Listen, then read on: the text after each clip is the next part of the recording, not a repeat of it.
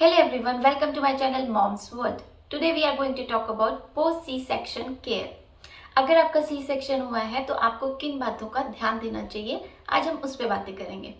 Actually मेरे दो C section already हो चुके हैं। मेरा बड़ा बेटा 4.8 ईयर्स ओल्ड है और छोटा बेटा 4 मंथ्स ओल्ड है। दोनों ही बार सी सेक्शन था, तो अच्छा खासा एक्सपीरियंस है। तो चलिए मैं अपना एक्सपीरियंस आपके साथ शेयर करती हूँ कि हमें किन बातों का ख्याल रखना चाहिए जब हमारा सी सेक्शन हुआ है, तो जिससे कि हमारी फास्ट रिकवरी हो सके। पहली सबसे इम्पॉर्टेंट बात यह है कि आपको ध्यान देना है कि keep that area clean and dry. जहाँ पे भी स्टिचेस लगे हैं वो एरिया आपका क्लीन एंड ड्राई होना चाहिए। एक्चुअली आपके ऑपरेशन के तीसरे या चौथे दिन डॉक्टर वहाँ पे ड्रेसिंग करते हैं एंड आपसे बोल दिया जाता है कि आप बात ले सकते हैं। लेकिन आपको बात लेने के बाद ध्यान रखना है कि उस एरिया को आपको अच्छे से नीट एंड क्लीन टॉवल से पोंछना है और ड्राई रखना है। वहाँ पे मॉइस्चर या वाटर बिल्कुल भी नहीं होना चाहिए, नहीं तो इन्फेक्शन हो सकता है। और वहाँ पे अपने मन से कोई भी मेडिसिन अप्लाई मत कीजिए। अगर डॉक्टर ने आपको कुछ दी है तो वो अप्लाई कीजिए, अदरवाइज उसको ऐसे ही सूखने दीजिए। सेकेंड टिप है एब्डोमिनल बेल्ट का यूज़ करिए। एब्डोमिनल बेल्ट का यूज़ करने से क्या होगा कि जब आप उसको अपने टमी पे बांधेंगे तो आपका जो टमी है वो लटकेगा नहीं, तो जो आपके स्टिचेस हैं उस पर प्रेशर नहीं पड़ेगा। जब उनमें प्रेशर नहीं पड़ेगा, आपको पेन नहीं होगा, आपकी फास्ट रिकवरी होगी। लेकिन एब्डोमिनल बेल्ट उतनी ही देर पहनिए जितना कि आपको कंफर्टेबल है। पूरे दिन पहनने की कोई ज़रूरत नहीं है। सोते टाइम बिल्कुल भी मत पहनिए और बहुत ज़्यादा बेल्ट को टाइट मत करिए। उतना ही करिए जितने में आप सांस ले पाएँ, जितना कि आपको कंफर्टेबल है। आपको मेडिकल स्टोर पे भी आराम से एब्डोमिनल बेल्ट मिल जाएगी और ऑनलाइन भी मिल जाएगी। तो बहुत ज़्यादा टाइट क्लोथ्स आपको नहीं पहनने हैं, ना ही बेल्ट ना ही अदर क्लोथिंग, नहीं तो प्रेशर पड़ेगा और आपकी रिकवरी लेट होगी। थर्ड आपको बात याद रखनी है कि आपको कोई भी मेडिसिन डॉक्टर ने प्रोवाइड की है, आपको इसको स्किप नहीं करना है। चाहे आपको पेन किलर्स दिए गए हैं, चाहे एंटीबायोटिक्स हो, चाहे एंटासिड हो, आयरन, कैल्शियम, विटामिन डी, कुछ भी दिया गया है उसको ऑन टाइम आप लेते रहिए, तो भी आपकी रिकवरी फास्ट होगी। एक्चुअली ऊपर से आपको देखने में लगेगा कि मेरे तो स्टिचेस ठीक हो गए हैं, सब कुछ नॉर्मल है, लेकिन उनको ठीक होने में कम से कम 1.5 महीने का टाइम लगता है। तो अगर आप मेडिसिन टाइम पर ले रहे हैं तो आपकी रिकवरी काफ़ी फास्ट होगी। आपको बैलेंस डाइट लेना है। बैलेंस डाइट मतलब उसमें आपको प्रोटीन, कार्ब्स, फाइबर्स, विटामिन सब कुछ होना चाहिए। अगर आप एक अच्छी डाइट लेंगे तो आपको गैस नहीं होगा, आपको कॉन्स्टिपेशन की प्रॉब्लम नहीं होगी।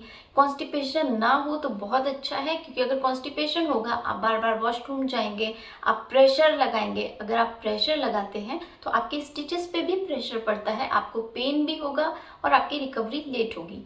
तो अगर आपको स्टिल बैलेंस डाइट लेने के बाद भी लग रहा है कि कॉन्स्टिपेशन है, तो आप डॉक्टर से ज़रूर बताइए। वो स्टूल सॉफ्टनर करके मेडिसिन होता है, वो आपको देंगे खाने के लिए। आप उसको खाएंगे तो आपका स्टूल इजीली पास ऑन हो जाएगा, आपको कुछ भी स्टिचेस पे प्रेशर नहीं होगा, पेन नहीं होगा, फास्ट रिकवरी होगी। इसी से जुड़ी एक और बात है कि आपको जंक फूड नहीं खाना है। बहुत ज़्यादा ऑयली नहीं खाना, बहुत ज़्यादा स्पाइसी नहीं खाना, या बहुत ज़्यादा भर भर के घी नहीं खाता, जैसे कि जनरली देखा जाता है कि ऑपरेशन के बाद या बेबी डिलीवरी के बाद लोग बहुत ज़्यादा खाते हैं। ज़्यादा मत खाइए। अगेन वही चीज़ है, अगर बहुत ज़्यादा खाएंगे तो कॉन्स्टिपेशन होगा, स्टूल पास करने में तकलीफ होगी, स्टिचेस पे प्रेशर पड़ेगा एंड रिकवरी आपकी काफ़ी स्लो होगी।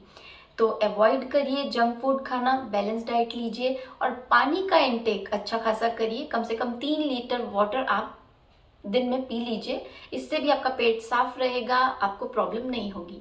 तो water intake, fluid intake is a must. इसके बाद अगर आप बच्चे को ब्रेस्ट फीड कराते हैं और आपको पेन हो रहा है तो शर्माइए मत, ज़रूर हेल्प लीजिए। चाहे अपने फैमिली मेम्बर से लीजिए, चाहे अपने हस्बैंड से लीजिए, किसी से भी लीजिए, लेकिन आप हेल्प लीजिए।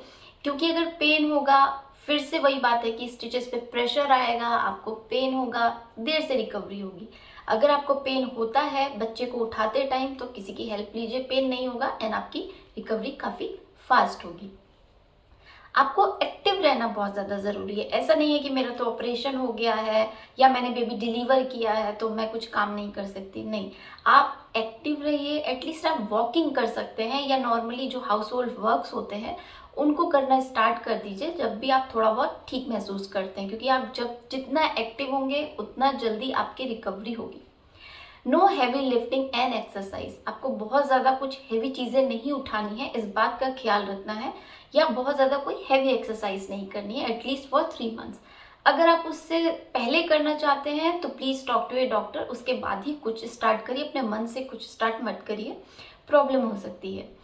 इसके बाद अगर आप सीधे लेटे हुए हैं, आपको उठना है, तो आप सडनली मत उठिए, नहीं तो फिर पेन होगा एंड लेट रिकवरी होगी।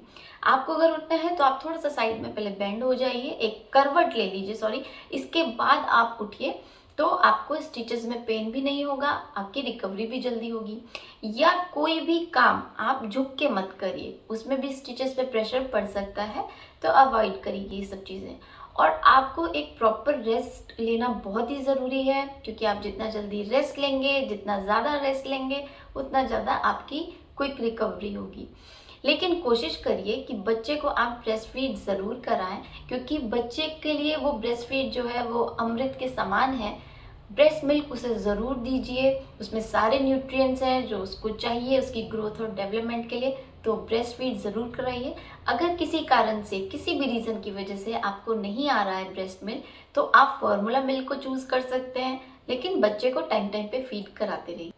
नेक्स्ट डे से आपको बोला जाएगा कि आपको अभी वॉक करनी है, वो आपका कैथेटर रिमूव कर देंगे और आपसे कहेंगे वॉक करने के लिए, तो ज़रूर करिए, क्योंकि जितना जल्दी आप वॉक करेंगे, एक्टिव होंगे, उतनी जल्दी आपकी रिकवरी होगी। एक इम्पॉर्टेंट टिप है जो मेरी नर्स ने मुझे दी, जो मैं आपके साथ शेयर करना चाहती हूँ। जब आपको नेक्स्ट डे वो वॉक कराएं तो आप झुक के मत चलिए, आप स्ट्रेट हो जाइए। उन्होंने मुझसे बोला कि आप स्ट्रेट होके चलो, देखना आपको कम पेन होगा। तो मुझे लगा ऐसे कैसे हो सकता है, लेकिन जब मैं स्ट्रेट हुई तो सच में मुझे कम पेन हुआ और वॉक करने में काफ़ी आसानी हुई। तो आप भी झुक के मत चलिए, आप स्ट्रेट होके चलिए, आपको कम पेन होगा और आपकी रिकवरी भी फास्ट होगी।